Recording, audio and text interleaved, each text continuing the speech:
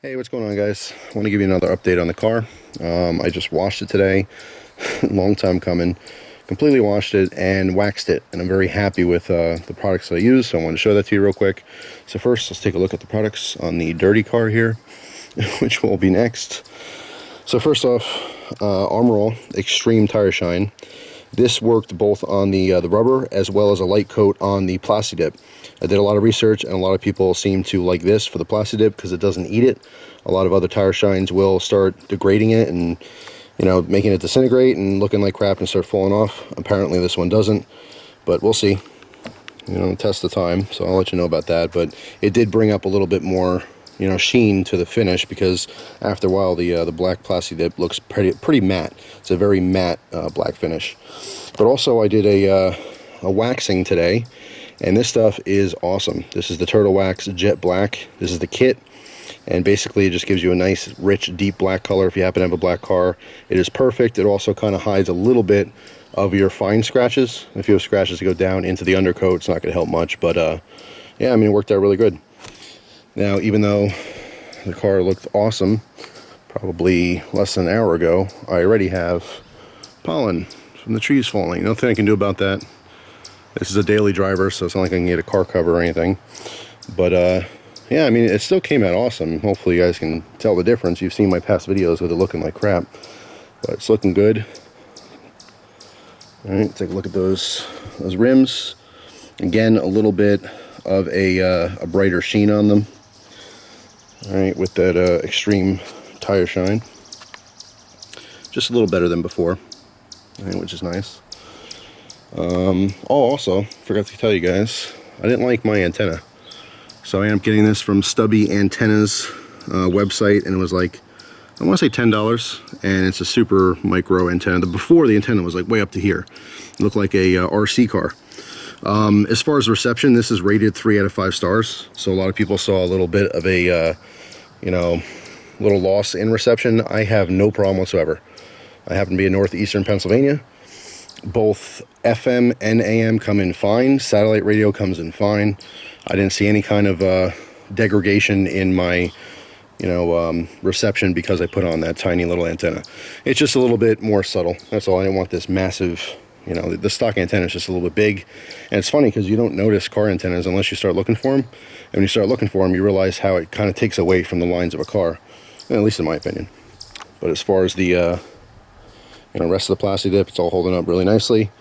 When washing the car, you can see there's still a new layer of that pollen coming out. But when washing it, you just take your rag, which I use the microfiber cloths, which work great. You can get like the bulk packs from the you know, AutoZone and Pep Boys and stuff like that.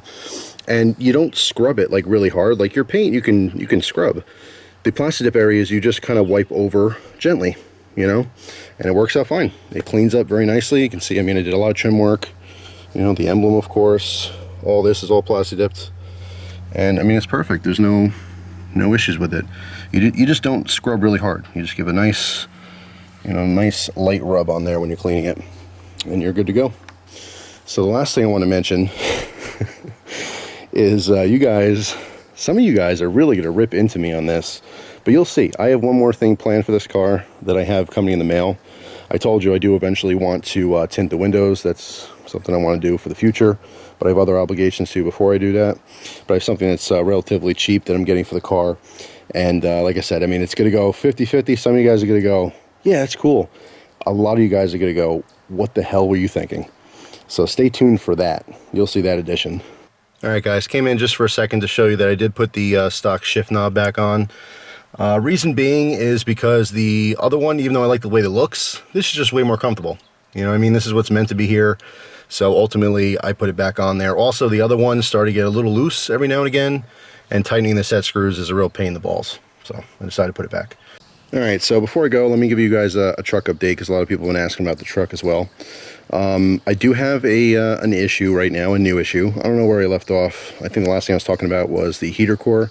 I did replace that. Okay, so it has a new heater core in there. The truck runs strong when I can start it. All right, so my current issue is the ignition. When I turn the ignition, sometimes I have absolutely nothing. All right, I can do this 15, 20 times, and I go nice and slow trying to find the sweet spot because I believe there's a loose wire inside the ignition system. I'm not sure if I have to replace the entire piece or if it's something I could take apart and literally see that there's a loose wire to fix. I'm not sure. I have to research this and investigate it, but that's the issue. I know it's definitely not the starter. It's nothing mechanical. It's just within the actual ignition, there's a problem. So like I said, I'm like 99.9% sure it's a loose wire, but I don't know if it's something I could fix myself or if I have to replace the entire part. So I'm going to start diving into that issue. Of course, if you guys have any suggestions, feel free to post it down below. But yeah, other than that, you know, runs strong. Ton of fun to drive. I absolutely love this truck. This has, if you don't know, it has a 350 small block in it. Plenty of power for me. Of course, you can always have more power, right? But I have a hell of a time. Yeah, so that's pretty much it. So the truck is on the back burner for now. The Chrysler is clean, finally. And the Monte Carlo needs some work. Not only is it dirty, but I need to get some exhaust work done with it. There is a exhaust leak in the manifold because the engine was yanked on by the previous mechanic that worked on it. He didn't detach anything. You guys probably heard my, my horrible story time video on this car. If you haven't, check it out. Just ridiculous stuff that happened to this. And when he pulled up on the engine, he cracked the exhaust manifold. So I have a horrible leak in it. So I got to get that fixed. But once that's fixed, hopefully this will be, good to go for the rest of the summer, whatever we have left. But you know what? Everything costs money. You know how that is. So we'll see. But that's the next project, is the Monte. So hopefully you guys will hear about that in the somewhat near future. So there you go. There's the vehicle updates. Thanks for watching. Hope you guys have a great day, and I'll see you soon. Take care.